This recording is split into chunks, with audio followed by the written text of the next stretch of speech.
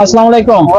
यार जनाब भाईजान खैरियत है? ठीक हो यार? वो नहीं नदीम अराई हाँ वो दी एजेंसी पे जाओ ना 100 रुपये लग सक रहा है। यार, कोई रियायत कर मेहरबानी ना कर। ना 100 रुपये 100 100 तो घट कोई नहीं। चलो हाँ।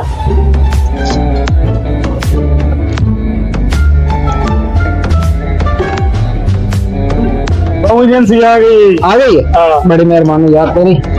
एजेंसी माशाल्लाह। 100 रुपये दे 100 रुपये